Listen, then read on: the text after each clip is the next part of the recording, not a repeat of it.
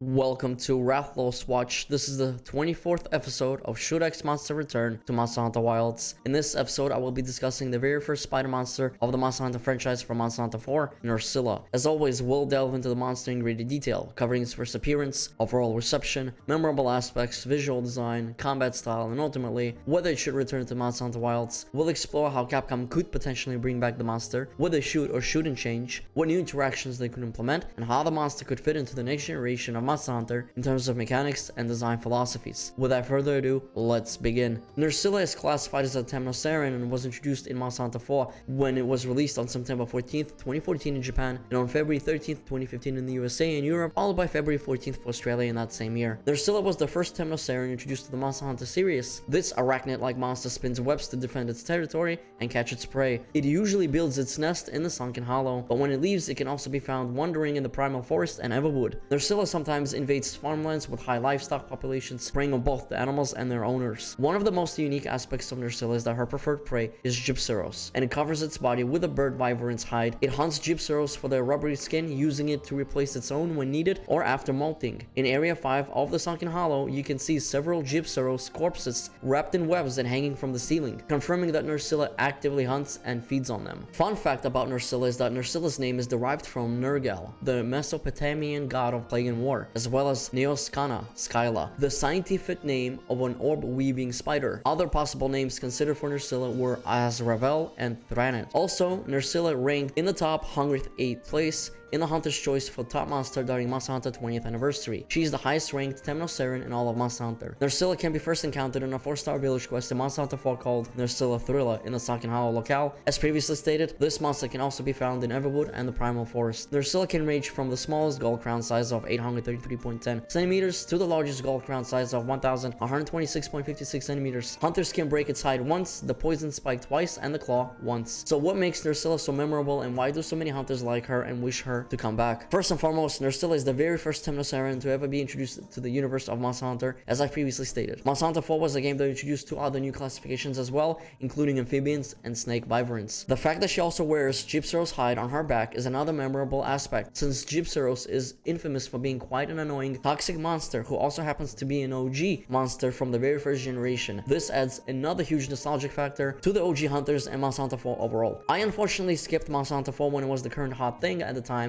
and I was more of a Monster Hunter Freedom Unite baby. But I can imagine how nostalgic it would be for someone to face their first spider in a Monster Hunter game. One monster for me that was quite memorable in Monster Hunter Freedom Unite, for example, that I faced for the very first time was actually Gypceros. I remember his annoying flashbangs, constant poisoning, obnoxious tail swiping, and of course his feigned death crap. So I can totally understand how someone else may play Monster Hunter 4 for the first time and remember Nerscylla either for her appearance or her combat style. Speaking of those two aspects, let's discuss her visual design. Nerscylla resembles a giant arachnid, much larger than any real spider. Its body is mostly white, with dark blue and gray patterns around its joints, and orange hairs covering its legs and abdomen. The front claws are bright orange, while the other claws are dark brown. It has 4 powerful legs and 2 large claws, each tipped with barbed hooks, which are perfect for grabbing prey and clinging to various surfaces. At the end of its abdomen is a massive stinger that it uses to attack. Crystallite poison spikes jut out from its back, and barbed spikes on its legs help secure the Gypceros hide draped over its body. Nerscylla also has a huge pair of retractable jaws and fangs capable of delivering a venomous bite. It can produce strong, sticky webs to trap prey and build its nest. With her visual design out of the way, it's time we talk about her combat style. Occasionally, Nerscylla will stop and bring out her stinger to start spinning webs towards the hunter. Do not stand in front of her and do not step into the webs yourself or you'll get caught. If you get caught, Nerscylla will go under her webs and then pull you towards her with her silk. If you are standing near or under her, sometimes she will try to sting you. Immediately move out or you'll get hit for a lot of damage. She also does a frontal claw swiping attack. Nerscylla is a mobile monster when she's around her spiderwebs. She can use her silk to traverse from one point to another. Do not stand in her way of travel or you'll get hit. Sometimes she will go under her web and then try to sneak up on you from below you and then bite you with her massive retractable jaws. When she's crawling on her webs, watch out for her spitting webs at you. She may also try hugging you with her claws when she's above you. You do not want to be hugged, trust me. If she misses, this is the best time to get a few hits in. Be careful being under her, as she does also drip poison down onto the ground. She also has an interesting taunt animation where she just stands there for a few seconds and makes noises. This is the best time to hit her. You may get lucky enough where she does it twice in a row and get a ton of free damage on her. When she is tired and she tries to swing around from one place to another by using her webs, she may flip herself over, giving you an opportunity for a lot of damage. I forgot to mention that if you do get hit by her stinger, that you may start falling asleep. And last but not least, her most devastating attack is where she retracts her mandible to try to bite you with her massive jaws. It does an enormous amount of damage and also poisons you. However, you have plenty of time to get out of it. That's pretty much it for her fighting style. Now let's move on to her subspecies, Shrouded Nerscylla, that likes to reside in the desert. In terms of looks, Shrouded Nerscylla closely resembles her regular counterpart. However, her body is dark gray with white stripes and purple patterns. Its underside and spikes are bright yellow, its fur is light turquoise, and its front claws are pink. Unlike the standard Nerscylla, which wears a Gypceros hide, Shrouded Nerscylla uses a Kezo hide. This variation in abilities is probably due to its diet of Kezo, similar to how the common Nerscylla produces poison from feeding on Gypceros. As far as the combat style goes, she's a lot more mobile and swings around way more often, and she utilizes paralysis instead of poison. What I don't get is though, how is she able to swing around freely when there are no spiderwebs anywhere in the desert locale? It makes no sense to me. Does anyone else have any ideas? Or am I missing something here? Let me know in the comments. She can also go under the sand to try to bite you with her retractable mandible. It's slightly delayed and very dangerous, so always be on the move. Other than that, the rest of her moves are pretty much the same. She's just a bit more annoying due to her constant swinging and burrowing. Honestly speaking, I do not like Shrouded Nerscylla, and her being in the desert locale